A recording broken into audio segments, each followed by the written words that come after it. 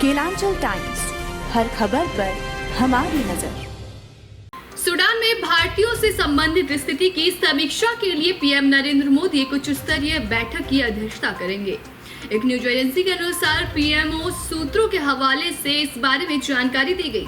Sudan में वहां की रैपिड सपोर्ट फोर्स और सूडान आर्म्स फोर्स के बीच में भयंकर सशस्त्र संघर्ष चल रहा है। इसका असर वहां रह रहे भारतीयों पर भी पड़ रहा है।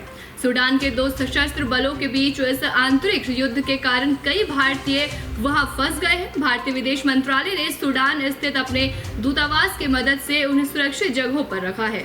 विदेश मंत्री एस जयशंकर ने गुरुवार को कहा था कि सरकार सूडान में फंसे भारतीयों के साथ लगातार संपर्क में है, जहां सूडान के सेना प्रमुख अब्देल फत्ताह और अल बुरहान और उनके डिप्टी मोहम्मद हमदान डागलो के वफादार बलों के बीच लड़ाई जारी है। मोहम्मद हमदान डगलो सूडान के अर्धसैनिक बल रैपिड सपोर्ट फोर्स के बीच है और साथ ही बता दें कि ये एक रैपिड फोर्स के बीच चीफ भी है।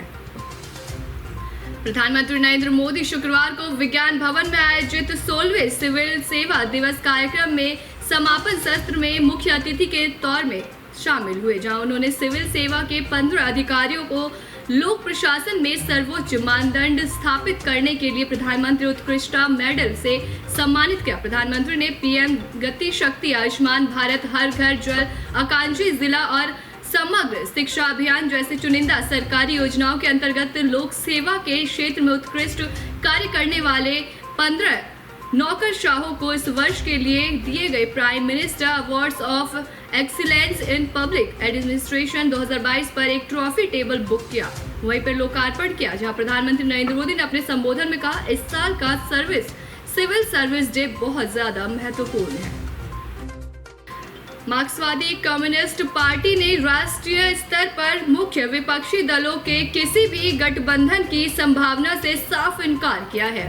माकपा ने अपने मुखपत्र पीपल्स डेमोक्रेसी में ताजा संपादकीय में लिखा है कि इसके बजाय महत्वपूर्ण राजनीतिक विषयों पर विपक्ष के दलों के बीच साझा स्टैंड अपनाया जा सकता है। 2024 के लोकसभा चुनाव के लिए विपक्षी दलों की एकजुटता के लिए बैठकों के दौर के बीच सीपीएम ने राष्ट्रीय स्तर गठबंधन को असंभव बताया है, तो वहीं सीपीएम ने लिखा है कि राष्ट्रीय स्तर पर विपक्ष के किसी एक चेहरे की तलाश निरर्थक है।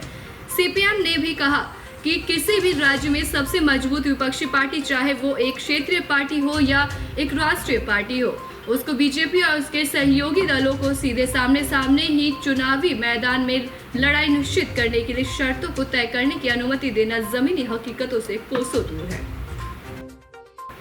उमेश पाल हत्याकांड में वकील खान शौकत हनीफ की भी भूमिका सामने आई है। एनकाउंटर में मारे गए अतीक अहमद के बेटे असद और अतीक अहमद के वकील खान सौलत हनीफ का मोबाइल चैट सामने आया। अतीक के वकील खान सौलत हनीफ ने अतीक के बेटे असद को उमेश पाल की तस्वीर भेजी थी।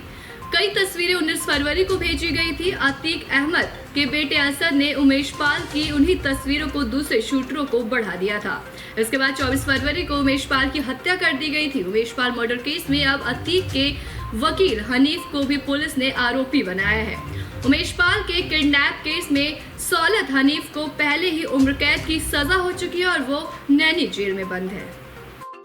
महाराष्ट्र में एनसीपी नेता अजीत पवार को लेकर सियासत शुरू हुई, वहीं पे हर दिन तेज होती जा रही है। अब एनसीपी कार्यकर्ताओं की आज घाटकोपर में आयोजित बैठक को लेकर चर्चा शुरू हो गई है। दरअसल एनसीपी की इस बैठक में पार्टी के कार्यकर्ता और पदाधिकारियों को बुलाया गया है। इस बैठक को एनसीपी प्रमुख शरद पवार संबोधित करेंगे। इसके अलावा बैठक में प्रदेश अध्यक्ष जयंत पाटिल, सांसद प्रफुल्ल पटेल, छगन भुजबल और अनिल देशमुख और साथ ही अदिति तटकरे समेत विपक्ष के कई वरिष्ठ नेता शामिल होंगे, लेकिन कार्यक्रम में शामिल होने वाले नेताओं की लिस्ट से अजीत पवार का नाम नहीं है। महाराष्ट्र में महाविकास अघाड़ी गठबंधन में सब कुछ ठीक नहीं चल रहा है। भले ही अजीत पवार ने बीजेपी के साथ आने की अटकलों को खारिज कर दिया हो, लेकिन वे शिवसेना सांसद संजय राउत के निशाने पर आ गए हैं।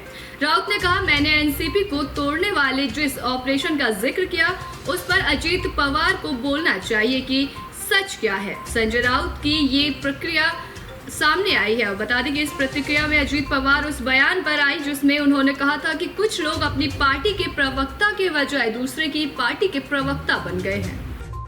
गुजरात के गोधरा केस में सजायाफ्ता कैदियों को सुप्रीम कोर्ट ने बड़ी राहत दे दी है। गोधरा मामले में दोषी करार दिए गए सजायाफ्ता कैदियों को राहत देने के लिए सुप्रीम कोर्ट ने कहा कि सजाए मौत पाए 4 कैदियों को छोड़कर अन्य सभी को जमानत दी जा सकती है।